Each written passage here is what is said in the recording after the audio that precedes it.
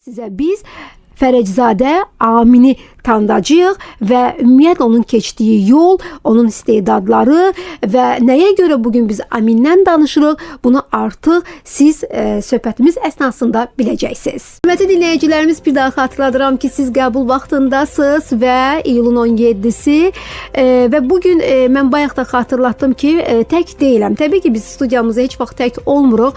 Qonaqlarımız olur və qonaqlarımızla bərabər söhbətimiz də fərqli olur. Bugünkü qonağımız isə Gənclər və İdman Nazirliyinin dəstəyi ilə həyata keçirilən Vulkan İnklüziv layihəsinin təşəbbüskarı və ideya müəllifi olan Amin Fərəczadədir. Amin, xoş gəlmisiniz, salamlayırıq sizi. Salam Elnara xanım, xoş gördük sizlər də. Çox sağ olun, xoş sözlərinizə görə minnətdaram. Buyurun, Araz Radiosunda xoş gəlmisiniz. Qəbul vaxtında özəlliklə də sizi görməyimizə çox şadam. Çox səbəblər var bugünkü gündə studiyamızda ki, siz qonaq gəlmisiniz. Əslində qalsa, indi dinləyicilərimiz Amini görmür, amma məhz Aminin nə qədər istedadlı olmasını biz toxunacağıq bəzi məqamlarda. Söhbətimiz elə budur, bundan ibarətdir. Mən xüsusi vurğulamaq istəyərdim. Amin Gənclər və İdman Nazirliyinin dəstəyi ilə həyata keçirilən Vulkan İnklüziv layihəsinin təşəbbüskarı və ideya müəllifidir. Mənə çox maraqlıdır. Necə oldu ki, belə layihənin müəllifi oldun? Hardan yarandı bu ideya səndə? Elnara xanım, bildiyiniz kimi məndə də birinci dərəcəli əlillik var. Bu əlilliyin olması əslində bir çox şeyə maneə kimi görünə bilər. Lakin mən həmişə bu maneələri aşmağı özümə bir hobi olaraq belə deyim götürmüşəm. Bir çıxışımda da bildirmişdim ki, əngəlli olmaq əngəlli deyildir. Əsl əngəllilər qarşılarına çıxan əngəli aşa bilməyənlərdir. Sırf bu pəncərədən mən baxa bilirəm deyə bəzi əlilliyi olan gənclərimiz var ki, hətta əksər əlilliyi olan gənclərimiz deyək buna, onlar cəmiyyətdən təcrid olunublar. Yəni cəmiyyətə adaptasiya olmaqda biraz çətinlik çəkirlər. Ən azından nə isə mən də bacara bilmişəmsə, istədim bunu sırf o psixologiya yönümündə mən də cəmiyyətə adaptasiya eləməyə çalışım. Yəni əslində sözümün canı nədir? Əlilliyi olan gəncləri cəmiyyətə deyil, cəmiyyəti əlilliyi olan gənclərə adaptasiya eləməyə çalışıram hal-hazırda. Layihəmin məqsədi də bundan ibarətdir. Layihə necə bir layihədir? İstəyirsiniz qısa formada məlumat verim. Bəli, məhz niyə Vulkan adını daşıyır? O da maraqlı bir mövzudur. Eşidək. Çünki vulkan əslində hamımızın qorxduğu bir belə deyim də bir hadisədir. Vulkan püskürməsi. Bəli. Lakin mən onu nəyə bənzədirəm? Vulkan püskürdükdə öz ətraf torpağı münbitləşdirir. Əslində faydalı bir şeydir vulkan təbiətimiz üçün. Mən də bunu əlilliyi olan gənclərimizə bənzədirəm. Çünki əlilliyi olan gənclər də öz daxili potensialını üzə çıxartsa, inanın ki, cəmiyyətə çox böyük töhfələr verə bilərlər. Yəni əslində cəmiyyətdə olan o stereotiplər qırılsa, necə ki, vulkana qarşı olan stereotiplər var, faydalı bir şeydir vulkan dediyimiz kimi, həmin əlilliyi olan gənclərimiz öz potensialını çox rahatlıqla üzə çıxarda bilərlər. Yaxşı. Amin, bayaqdan danışırsınız cəmiyyətin əlilliyi olan şəxslərin cəmiyyətə adaptasiyası yox, cəmiyyətin həmin şəxslərə, həmin gənclərə adaptasiyası. Nədir bu stereotiplər? Cəmiyyətdəki olan stereotiplər nədən ibarətdir? Sən özün bu stereotiplərlə üzləşmisənmi? Təbii ki, çox üzləşmişəm. Stereotiplər nədən ibarətdir? Bir-iki nümunə vermək istəyərdim. Məsələn, şəhərdə gəzinti elədiyimiz zaman qarşıya çıxan insanların əksəriyyəti Allah şəfa versin sözünü deyir. Əslində bu saf və təmiz niyyətlə deyilən bir sözdür. Qarşıdakı insanın şəfalı olmasını arzulayırsan. Amma bir şey var, əlilliyi olan gənclərimizə həmin o belə deyim, bəlkə də içindəki narahatçılığı xatırladır yenidən. Yəni o deyilməsə, həmin şəxslər inanın ki, həmin günü daha gözəl keçirdilər. Yəni maraqlıdır. Gözəl bir sözdür, amma deyilməməyi daha yaxşıdır. Maraqlıdır. Əslində qalsa biz onu bilmədən, heç də siz dediyiniz kimi pis niyyətlə demirik, Allah kömək olsun deyirik. Amma deməli bu əlilliyi olan gənclərə, şəxslərə o qədər də xoş təəssürat bağışlamırmış, eləmi? Təbii ki, təbii ki. Və ümumiyyətlə əlilliyi olan gənclərin cəmiyyətə adaptasiyası hər gəncdə eyni deyil. Elə gənc var ki, özünə qapanır, öz güvəni aşağı düşür. Sanki bu cəmiyyətdə mən yararsızam deyə düşünür. Amma elə gənclər var ki, maşallah ətrafımızda görürük də, yaxından tanışıq da. Onlar üçün o əngəl deyil. Nədir bu həmin gənclərə dəstək? Bu içindəki o istedadı büruzə vermək üçün. Bəlkə bizə elə gənclər qulaq asır bir motivasiya olaraq. Buyur.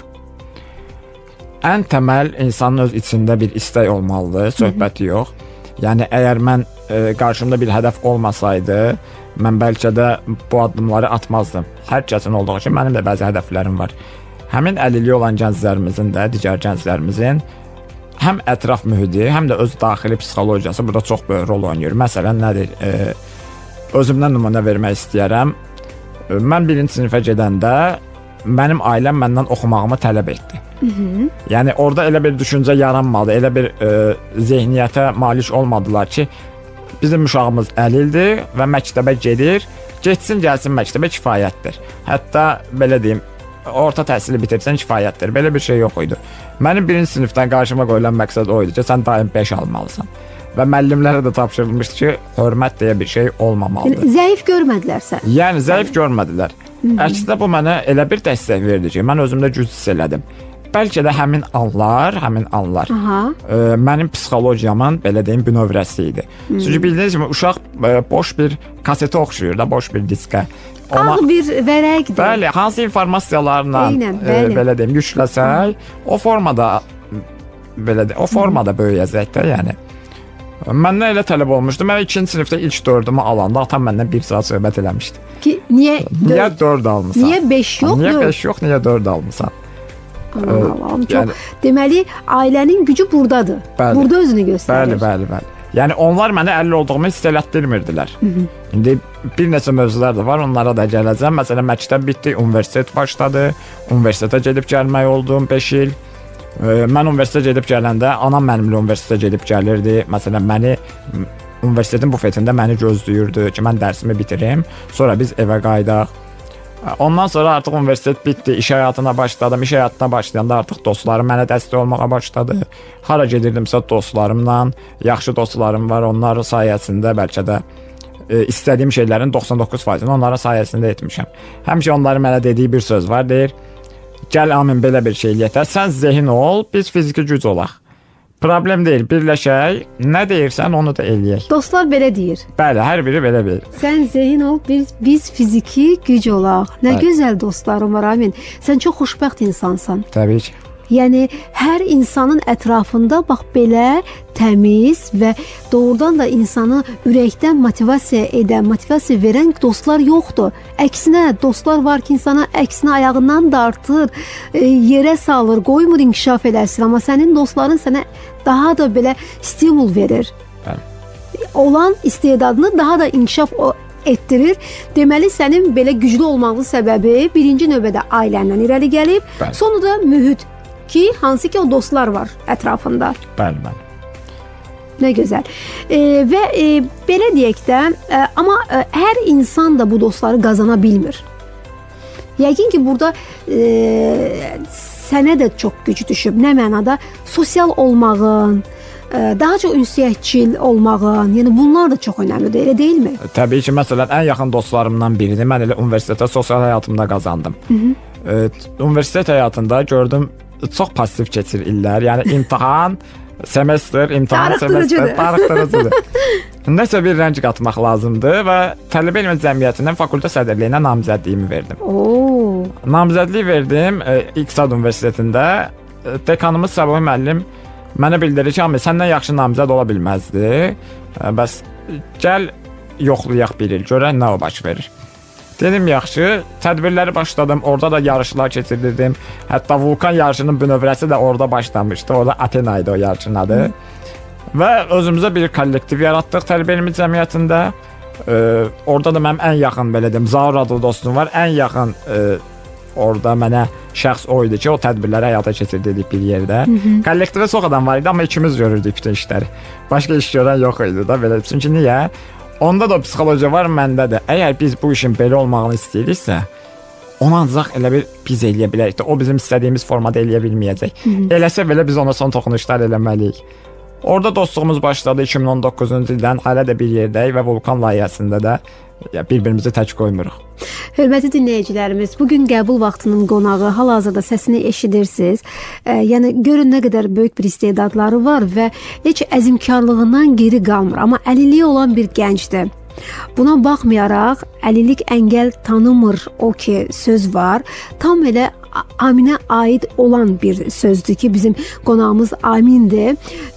Baxmayaraq əlilliyi var, baxmayaraq ki onun fiziki olaraq, yəni o dərəcədə də belə deyək ki, fiziki gücə malik deyil, amma dostlarının çox gözəl bir sözü ona dəstək olur ki, sən necə deyirlər? Sən zehin ol, biz fiziki güc. Aminin çox gözəl bir zehni var, istedadlı gəncdir, qabiliyyətli gəncdir və o çərçivəyə salmaq istəməyib özünü.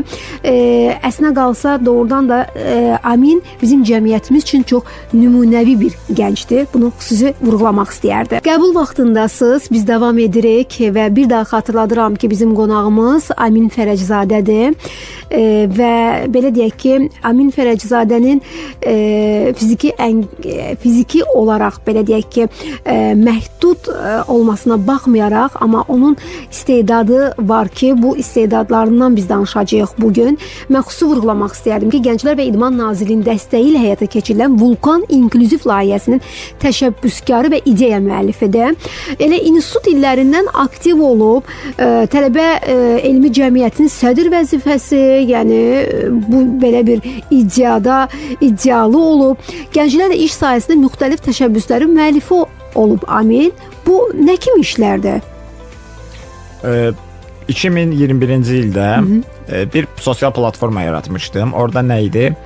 Yenə əlilliyi olan gənclərimizin əgər sosial problemləri varsa və yaxud hələ də sosiallaşmağa tam hazır deyillərsə, bir onlayn platformada keçirilən yarış saytı yaratmışdıq. Orada insanlar həm əyləncəli oyunlar oynayırdı bir-birləri ilə. Necə ki, indi hal-hazırda Vulkan layihəsində gedən oyunlardan bəziləri orada da var idi. Həm bir-birləri ilə tanış olurdular, dostlaşırdılar. Məsələn, neçə şəxslər var ki, bizim platformada dost olublar və hələ də onlar iki qardaş kimi öz dostluqlarını davam elətdirirlər. Bu formada da bir-birlərindən, belə deyim, əlaqədə, ünsiyyətdə ola bilirdilər. 2021-ci ildə o layihəmiz var idi. Onu da Gənclər Fondunda bir müsabiqədə qalib olmuşdum bu layihə ilə. Biznesini yarat marafonu idi. Ondan sonra universitet illərində bayaq dediyim kimi Azərbaycan gənclərinin ikinci qurultayı baş tutdu. Orada namizəd olaraq mən də irəli sürürdüm. Heydər Əliyev mərkəzində olmuşdu. Ondan sonra hal-hazırda da ən böyük layihəmiz Gənclər və İdman Nazirliyinin dəstəyi ilə keçirilən Vulkan Gənclər yarışmasıdır. İnklüziv bir layihədir. Cənab nazir Fərid Qayıbovla mən görüşümdə bu layihəni ona bildirdim. Layihəni çox bəyəndi və layihənin ən əsas belə deyim maraqlı mövzularından biri nədir? Azərbaycanın hər regionunda keçiriləcək gənclər evlərində. Məsələn, artıq 3 gün sonra növbəti layihəmiz baş tutur. Biz Goranboya səfər eləyəcəyik. Gəncə, Mingəçevir və Şirvanda baş tutub. Hər regionun qalib komandaları isə yekunda böyük finalda, Bakıda olacaq böyük final. Böyük finalda öz regionunu təmsil eləyərək gələcəklər Bakıya. Və orada daha böyük mükafatlar veriləcək artıq. Yəni hal-hazırda Gəncə və Mingəçevir Şirvanın çempion komandaları bəllidir. İndi isə 3 gün sonra Goranboyda başlayacaq. Bu nə üzrədir? Qalibiyyət nədən ibarətdir? Yarışlar keçirilir. Məsələn, yarışların mahiyyətindən danışardıq. Yarışların ən böyük mahiyyətindən biri odur ki, yarış hibrid formadadır. Yəni əlilliyi olan gənclərdən əlilliyi olmayan gənclər bir arenada yarışırlar. Bu da onu bildirir ki, yəni əslində yalnız əlilliyi olan gənclər olsaydı, artıq o diskriminasiya olardı. Biz diskriminasiyanın qarşısını almaq üçün həm əlilliyi olan gənclər, həm olmayan gəncləri bir yerdə, belə deyim, bir arenada. Yəni fərqli deyilik. Fərqli deyilik. Sizdən biriyik. Bəli. Yarışlar həm əyləncəli oyunlar olur. Məsələn, bildiyimiz sosial oyunlardandır. Mən kiməm oyunu var. Monitorda bir şəxsin şəkli olur. O onu görmədən suallar verərək tapmağa çalışır. Ondan sonra bir sual olur. Məsələn, o suala verilən 5 ən populyar cavabı tapmağa çalışır komandalar. Yekunda qalib komandaya həm pul mükafatı verilir, həm kubok medallar, həm sertifikatlar. Və ölkə üzrə bu həyata keçirilir. Və ölkə üzrə olur bu. Müvafiq dəstəyi dediyim kimi Gənclər və İdman Nazirliyi verir. başda cənab nazir Fərid Qayıbov olmaqla bütün Gənclər və İdman Nazirliyi belə də bir rəhbərliyinə öz təşəkkürümü bildirirəm. Və xeyriyyəçi şəxslər də olur ki, məsələn, bildirir ki, mükafatı mən verirəm, amma adımın çəkilməyini istəmirəm və yaxud qalib olan komandaya mən ətir vermək istəyirəm, amma istəmirəm adımız çəkilsin, göstəriş olmasın, görüntüdə görünməsin. Belə təkliflər də alırıq. Nə gözəl və bütün bu böyük bir yarışmanın, böyük bir işlərin kökündə, belə deyək ki, mənbəyində əsas ideyası sənə aiddir. Bəli. Səndən ibarətdir. Bəli, bəli. Uğurlar arzu edirəm. Təbii ki, biz söhbətimizi davam etdirəcəyik. Əziz dinləyicilərimiz, Amin uşaqlıqdan SMA tip 2 diaqnozu qoyulub Aminə.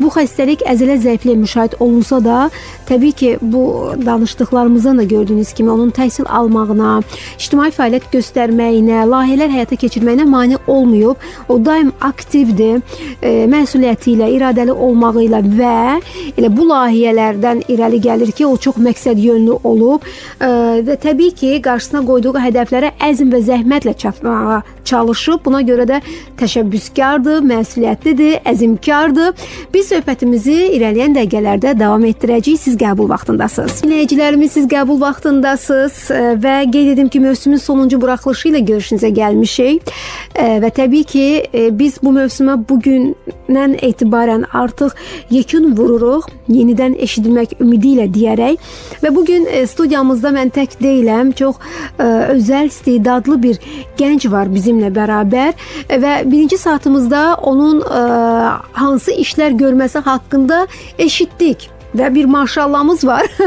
Təbii ki, Amin Fərəczadə əlilliyi olan gənc, amma eyni zamanda heç də yerində dayanmır və daim təşəbbüskardır, daim əzmkardır, layihələr həyata keçirdir, ideyalar irəli sürür və o bizim cəmiyyətimizə yaxşı mənada bir nümunədir. Gənclər və İdman Nazirliyinin dəstəyi ilə həyata keçirilən Vulkan İnklüziv layihəsinin təşəbbüskarı və ideya müəllifidir Amin. Amin, söhbətimizə davam etdirək. Sənin deməli digər qabiliyyətlərin var ki, onlar haqqında danışacağıq. Amma güclü iradəyə sahib olmaq, bunu necə əldə etmək olur? Güclü iradəyə sahib olmağı bayaq da dediyim kimi əsas insan bir şeyi istəməlidir. Yəni bir şeyi istəməyincə o şeyə nail olmaq mümkün deyil. Amma istəmək də işin 50%-idir. Hərəkətə, hətta mən deyərdim, o deyilir istəmək 50% deyil, istəmək 49%-dir. 51% hərəkətə keçməkdir. Məsələn, mən bunu istəyirdim, neçə illər istəmişəm, olub. Amma bir gün oldu ki, mən həmin gün hərəkətə keçdim. Və hərəkətə keçəndən sonra həyatım dəyişməyə başladı.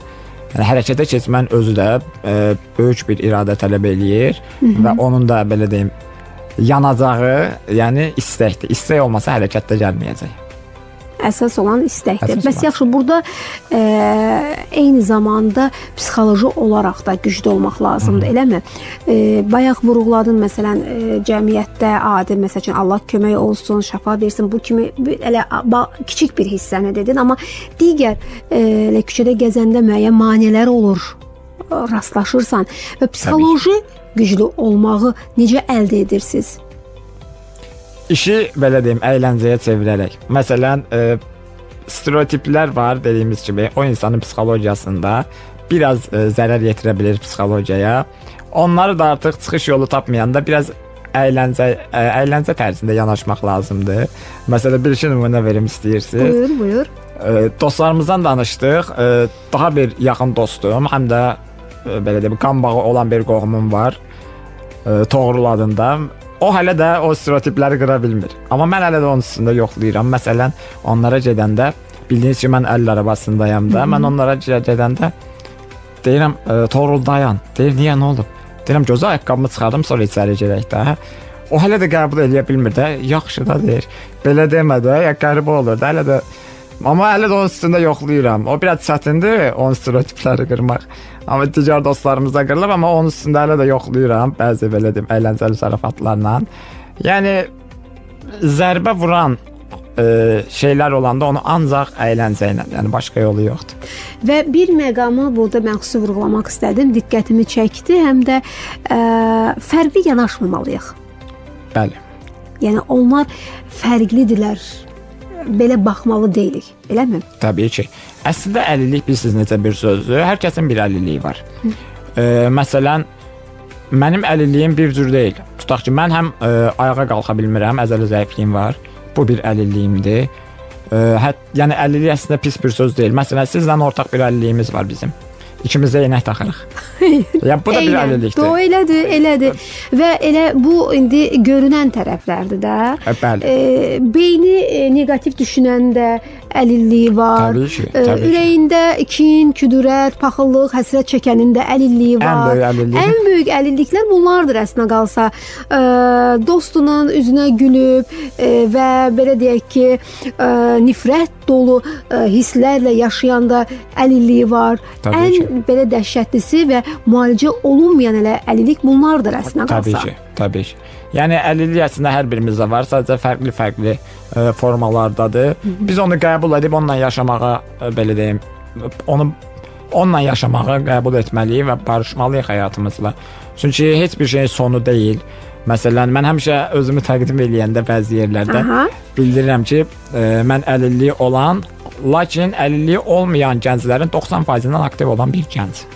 Bu da Aminin əsas üstünlüklərindən biridir. Hörmətli dinləyicilərimiz, qəbul vaxtıdır və biz davam edirik studiyamızda. Mən bugün tək deyiləm. Doğrudan da çox istedadlı bir gənclə bərabərəm. Gəncimizin adı Amindir və əlilliyi olmasına baxmayaraq çox istedadlı bir gəncimizdir və öz istedadını bizimlə bölüşür və mən düşünürəm ki, mən onunla danışıb və ünsiyyətdə olarkən bir onu dərk elədim ki, doğrudan da insanın həyatda əsas odur güclü iradəsi olsun və heç bir şey ona əngəl ola bilməz və o ki, gənclər bizə qulaq asır, bəlkə də özgüvəni aşağıdır, fiziki olaraq heç bir maneəsi yoxdur, amma nədənsə narazıdır, nədənsə özgüvəni yoxdur, nədənsə gileylənir. Amin, mənə elə gəlir ki, onlar üçün böyük bir nümunədir. Haqlıyam, Amin? Haqlısınız desəm, mən elə gəlir təvəzzükarlıqdan kənara çıxmış olmaram. Çünki əslində gileylənməyə ən çox səbəb olanlardan biri mənəm. Yəni gileylənmək üçün mənim belə deyim, daha doğrusu gileylənməmək üçün heç bir bəhanəm yoxdur. Yəni həmişə mənə evdə də ailəm bildirir ki, sən əslində evdə oturub, məsələn də öz həyatında özün niyə təhlükəyə atırsan? Niyə məsələn xarici ölkəyə tək gedirsən? Bir iş üçün, onun üçün, bunun üçün ehtiyacın yoxdur. Otur evdə, rahat bir şəraitdə. Onlar da heç istəmir mən evdə oturum. Çünki bilirlər ki, mən aktiv həyatda daha çox xoşbəxtəm. Mənim xoşbəxtçiliyimi istəyirlər təbii ki, amma bir yandan da narahat olurlar ki, bəlkə hardasa bizə ehtiyacı olar, hardasa belə deyim özünü tək idarə eləyə bilməz və s. Amma Allaha şükür hamısının üstəsindən gəlmişik. Valideyn narahatlığı. Təbii ki, o normaldır. O da normaldır. Amin elə gözəl gülər üzü var ki, yəni mən düşünürəm ki, heç vaxt Amin bax belə gülər üzlüyü ilə və belə güclü olmağı ilə o ki, evdə oturmağa inanmıram. Elə bir sanki qəfəsdə kimi hiss edir özünü. Heç lazım da deyil. Əgər bu qədər yol açılıbsa, bu qədər dəstək varsa, düşünürəm ki, davam etsin Amin. Davam etməyin daha yaxşıdır, daha doğrusu. Amma bayaq vurğuladın, deməli ilk dəfə xaricə gedəndə valideynlərdə müəyyən bir narazılıq olub, hətta mane də olublar deyəsən, eləmi? Təbii ki, o da bayaq dediyimiz kimi valideyn narahatlığına görə idi. Ki, bəs xarici ölkədir, əlaqə yaradanmarıq. Məsələn, ən adi bir şey belə problem olur. Sən təyyarəyə necə minəcəksən, necə olacaq? Tutaq ki, bir həftə 10 gün yad ölkədir, bilmirsən, nə edəcəksən? Amma hardasa içsə güvənirdilər deyə. Yəni mən onlara bildim ki, narahat olmayın, hər şey yaxşı olacaq və dostlarıma da dedim ki, baxın belə bir iş planı var. Gəlin gedək. Getdik Dubay şəhərinə. Orada belə deyim, şəxsi bir biznesim var idi. Onu mən ora getməli idim o iş üçün. Getdik bir həftə, 10 gün. Yəni heç kimdə iz yol göstərmirdi. Heç kim dəstək olmadı. Ki məsələn getdin, düşdün, hara getməlisən, nə etməlisən. Hər bir şey yəni özümüz həll etməyə çalışırdıq. Dil bilgiləri var? Bəli, ingilis dili biliyi var. O sayədə biraz rahatçılıq olurdu məndə. Bir elementar səviyyədə də Çin dili var. Elementar səviyyədə. Əla. Yəni onunla biraz rahat olurdu. İngilis dili var idi deyə rahat olurdu orada. Ondan sonra 4 dəfə səfərimiz oldu. Və Allaha şükür onun da üstəsindən gəldik. Dubayın sürətli inkişaf modeli, xidmət sektoru və müasir biznes idarə etmə prinsipləri Amin üçün dəyərli bir təcrübə mənbəyi olub. Bu arada onu əlavə olaraq deyim, gələcək biznes fəaliyyətinə yeni baxış formalaşdırıb. Yəni bizneslə məşğul olmaq arzusundasan, yoxsa artıq məşğulsan? Məşğulam. İxtisasım da biznes idarə edilməsi ixtisası idi universitetdə. Yəni həm öz şəxsi biznes fəaliyyətlərim var, həm də dediyim kimi bu cəmiyyətə töhfə vermək üçün belə inklüziv layihələrdə hazırlayıram. Onları da təqdim edirəm müvafiq orqanlara və hal-hazırdakı ən aktiv layihəmiz dediyimiz kimi vulkan layihəsidir. Belə aktiv vulkanlardan biridir bu layihə hal-hazırda. İndi bunun böyük finalını gözləyirik ki, görək böyük final necə olacaq, necə baş tutacaq. Örnək, Amin örnəkdir bizim gənclərə və düşünürəm ki, doğrudan da yəni istər biznes fəaliyyəti, istər müəyyən istedadlar, fərqli istedadları var. Mən bu arada bunu vurğuluyum. Deməli, futbolun böyük azarkeşidir Amin. Qrafik dizayn, video montaj saytlarının hazırlaması ilə maraqlanır. Musiqi dinləməyi sevir və eyni zamanda FIFA oynamağı xoşlayır və rəqibi yoxdur ümumiyyətlə deyir və çox zarafatçıldır. Deyir ki, qara yumoru sevirəm. Nədir qara yumor? Qara yumor əslində stereotipləri qırmaq üçün ən böyük açardır. Mən öz Instagram səhifəmdə də bəzən belə videolar paylaşıram dostlarımla. İnsanlar bunu bir mənalı qarşılamır. Axırda mən də özümə ora bir rəy yazıram ki, bəs bunu paylaşan mənim özüməm. Narahat olmayın da. Yəni məsələn bir videom var idi. Dostumla marketdə idik. Dostum marketdə belə deyim məhsulları videoya çəkir. Deyir, Amin, axşam futbol var. Səncə bundan alaq yoxsa bundan? Mən də deyirəm ki, fərqi yoxdur. Deyir, onda Amin, məni göstərir kadrajda. Deyir, onda burada yəni heç yerə getmə gəlirəm. Mən də əllər arabasında oturmuşam da, yəni hara gedəcəm də belə maraqlı zarafatlarla videolar paylaşırıq.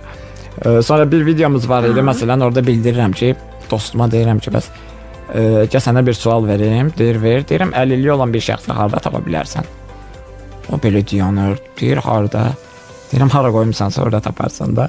Yəni belə maraqlı. Hazır cavab və eyni zamanda zarafatçıl. Yəni bu qara yumorla əslində həmin o cəmiyyətdəki stereotipləri qırmağa çalışıram, belə deyə. Bu da mənim bir taktikamdır.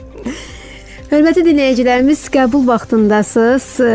Gənc istedadlı, amma çox istedadlı bir gənclə bugün biz tanış olduq və mən istədim, biz istədik daha doğrusu ki, bizi dinləyən dinləyicilərimiz də onu tanısın.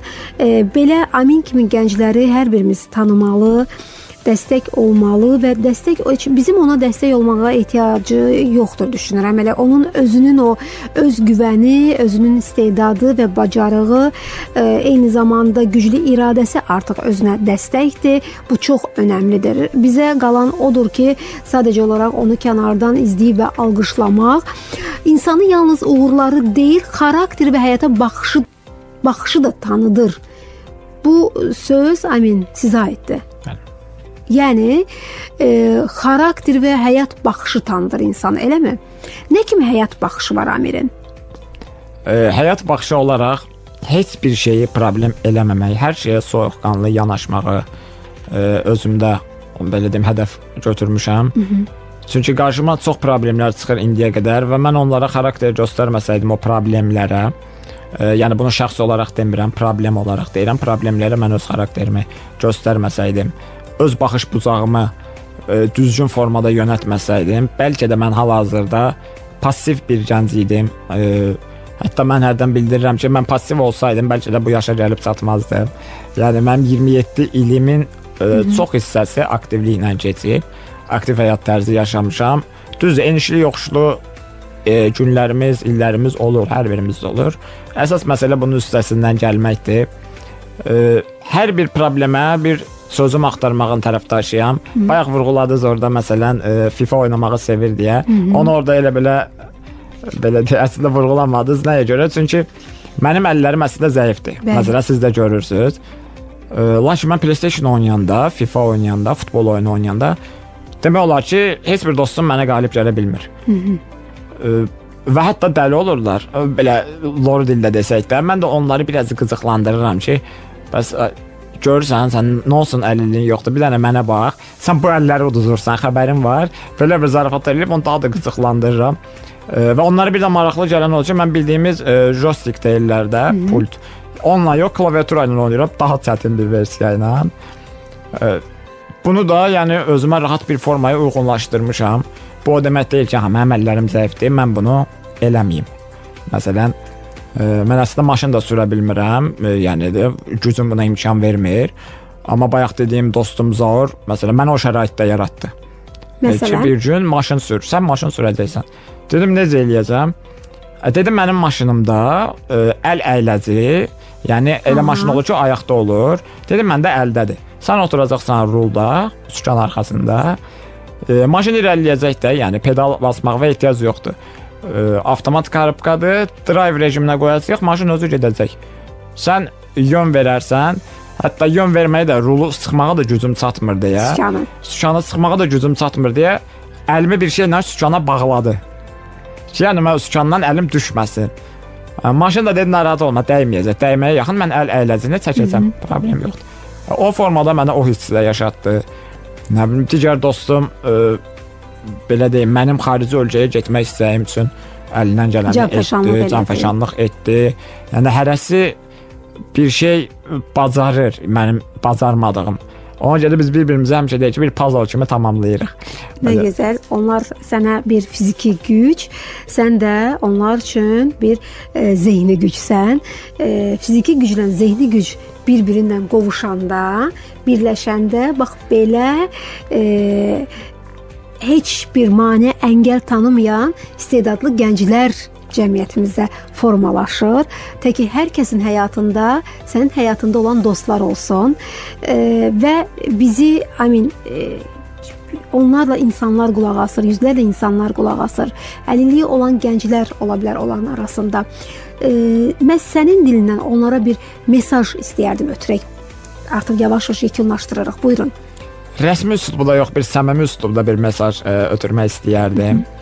Ki, artıq dərəcədə xahiş edirəm. Əgər bir şey, bir istəyiniz varsa və siz həqiqətən də onu etsəniz xoşbəxt olacaqsınızsa, bir iş olsun və yaxud bir, nə bilim, peşə, incəsənətdə hər bir şey üzrə fərqi yoxdur. Əgər onu etmək istəyirsinizsə, həqiqətən edəcəksiniz. Heç bir bəhanə olmayacaq. Cəmiyyətin heç bir sözü sizə təsir etməməlidir. Hətta mən deyərdim, mənfi müsbət heç bir fikir təsir etməməlidir. Çünki insan özü-özündə bəzi müsbət nöqtələri dəyərləndirə bilirsə, başqasının təsdiqinə ehtiyac yoxdur, mənə elə gəlir. Ona görə də yenə deyirəm, əgər insan qarşısına bir hədəf qoyursa, o hədəfə doğru əmin addımlarla irəliləyəcək və əminəm ki, o hədəfə çatacaq. Tək ki, burada bir amil var. Sadəcə istəmək və hərəkətə keçmək. Başqa heç bir şey. Mən bacarmaram deyənlərə hansı mesajı verərdin? Əgər həqiqətən bacara bilməyəcəksə, o fikrə düşməzsə həmin şəxs. Əgər o fikrə düşübsə, inanın ki, onun arxası izə getsə, bacaracaq. Bir qığılcım var artıq. Bir qığılcım var da, yəni o da olmayan yerdən üstü çıxmır. Addım atmaq istəyir deyə onu dilə gətirir. Sadəcə bir qorxu var. Təbii ki. Deməli, o qorxunu da aşmaq lazımdır. Qorxunu da necə aşmaqla olar? Üzərinə getməklə, qorxunun üzərinə getməklə. Təbii ki, üzərinə gedərək. Belə bir hadisə gəlmişdi mənim başıma universitetdə ilk illərimdə. Bizdə biznes fakültəsi idi, bildiyiniz kimi. Bəli. Müəllim belə bir sual verdi bizə. Dedi, baxın, sizə bir sual verəcəm. Elə-belə bir sualdır. Biz hamımız qulaq asırdıq. Dedi, düşünün ki, bir şəhərdə yanğın baş verib və sizin qarşınızda yanğın var. Bilmirsiniz, od hardan çıxır, hara gedir. Yəni, amma siz tərəfdə od yoxdur. Nə edərsiniz? Biri su axtarıb söndürərəm dedi, biri yerimdə dayanaram, bura yanmırsa dedi və s. Mən də bilmirdim sualın məğzini. Mənim cavabım belə olmuş ki, mən yanğının içinə tərəf gedərəm, görüm nə olub orada, nə baş verir. Müəllim söndü dedi ki, səndən biznesmen olacaq. Dedim, niyə? Riskləri göz önünə alırsan. Riskləri göz önünə alıp gedir. Dedi, ora niyə getdin? Bana yağın içinə gedirsən, oturmuşsan da sakin. Dedim, yox, o yağın niyə çıxır axı, mənə maraqlıdır da. Bu gedib baxım görüm nədir məsələ. Su tökməklə sönməz axı. Yəni, mən alqışlayıram, səni alqışlayıram, işlərində uğurlar arzu edirəm. Çox sağ olun. Cəmiyyətimiz üçün sənin kimi gənclərə cəmiyyətimizdə böyük bir yer var və eyni zamanda bir örnəksən.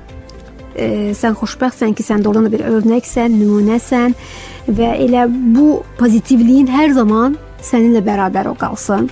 Çox sağ ol. Hər zaman belə gülərüz, yumor hissi, həyat eşqi və güclü iradə, güclü dərin bir psixologiya maliksən ki, bunlar hər zaman səninlə olsun və hər zaman da uğurlarını görüb ətrafın, yaxınların sevinsin. Çox sağ olun, minnətdaram. Mən də söz təşəkkürümü bildirirəm.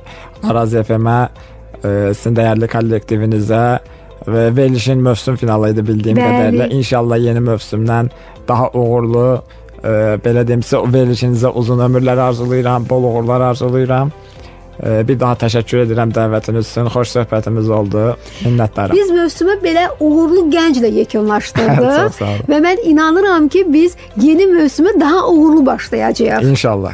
İnanırsınızsa olacaq. Əminəm. Təşəkkürlər, amin. Uğurlar sənə gələcək həyatında və işlərində. Əzmkarlıq doğrudan da insanın güclü iradəyə sahib olmağı, hədəfləri aşmağa doğru aparır və əgər o əngəlisən, beynində əngəllik görmürsənsə, yəni fikir olaraq, düşüncə olaraq, deməli hər şey qaydasındadır. Hər şey yolundadır. Bir tək addım atmaq lazımdır ki, onu da etdinsə, deməli işin artıq başlanğıcı və işin yarısını tamamlamış olmusan bu deməkdir. Uğurlar arzu edirəm hər kəsə. Hörmətli dinləyicilərimiz, bu günlük, bu həftəlik, bu mövsümlük bu qədər deyirik. 5 ilə yaxın bir yol qət etdik qəbul vaxtı olaraq. Həftə içi 5 gün 2-dən 4-ə qədər hər birinizi ürəkdən salamlayıb qəbul vaxtındasınız dedik. Sevinərək dedik və bir mövsümün də sonuna gəldik. Təbii ki, bu yolda biz tək deyilik, bu yolda bizimlə bərabər addımlayan hər bir kəsə təşəkkürümüzü bildiririk. Hər bir işdə, hər bir uğurda doğrudan da ətrafında olan insanlara mütləq şəkildə təşəkkür etməyi bacarmalısan və biz də ətrafımızda olan, bizə dəstək olan hər kəsə təşəkkürümüzü bildiririk. Dövlət qurumları, dinləyicilərimiz və Araz Radiosu hər gün qovuşdurdu dinləyiciləri müxtəlif dövlət qurumlarının rəsmi nümayəndələri ilə görüşdürdü. Sizdən gələn müraciətləri qəbul etdik. Problemlər işıqlandırıldı, suallar cavablandırıldı və ən əsası müraciətlər ünvanına çatdı. Cavabsız qalmadı. Hədəfimiz də missiyamız da budur. Eyni missiya ilə yeni mövsümdə daha uğurlu, daha belə deyək ki, nikbin və daha pozitiv, gümrah şəkildə davam etmək ümidi ilə bu mövsümlük bu qədər deyirik. Sağlıq qismət olarsa yeni mövsümdə eşidilmək ümidi ilə. Sizinlə bərabər mən idim, aparıcınız Elnarə Sadıqova, mikrofon önündə, prodüserimiz Amir və başda rəhbərlik olmaqla bütün yaradıcı heyətimizə təşəkkürümüzü bildiririk. Eşidilmək ümidi ilə Allah'a əmanət olaq.